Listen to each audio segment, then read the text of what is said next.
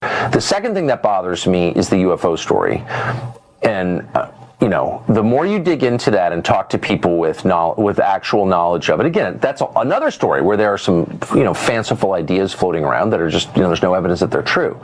But if you talk to people who, you know, have actual knowledge of it, that they gathered themselves, there are parts of that story that I do not understand at all that are really, really, really dark. It's so dark that I, you know, haven't told my wife about it. I mean, I haven't verified any of this, but this is not just stuff that I read on the internet. I know you all are very, very grounded in that story, so I think I know, you know what I'm talking about. Yeah. But there's some stuff there that's just like, man, I'm not even sure what that means.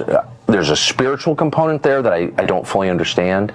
So yes, that story bothers me. And I think, last thing I'll say, that one of the reasons that we've had all these disclosures and all of these, 10 whistleblowers at this point, and it hasn't really become front page news. Part of it's suppression.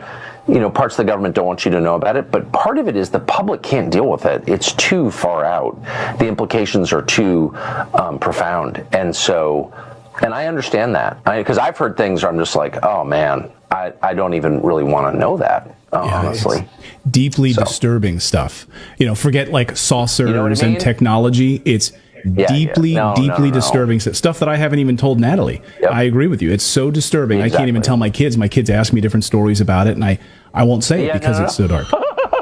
It's so dark. I totally agree. Miles is watching. So. Okay, Miles, if you're watching the show, Daddy's not going to tell you about that part of the UFO stuff and what's going on with the government. Well, can I say one thing? They've known clearly. I mean, this is, I think, established, and I feel comfortable saying this as fact. The U.S. government, I mean, these are real, whatever they are. They're not human. And the government has known that for a long time, possibly going back to the 1930s at least. And, of course, there's tons of evidence in the written record, in the physical record, in paintings, and in literature, that people have been seeing and interacting with these things for a long time. So we know that.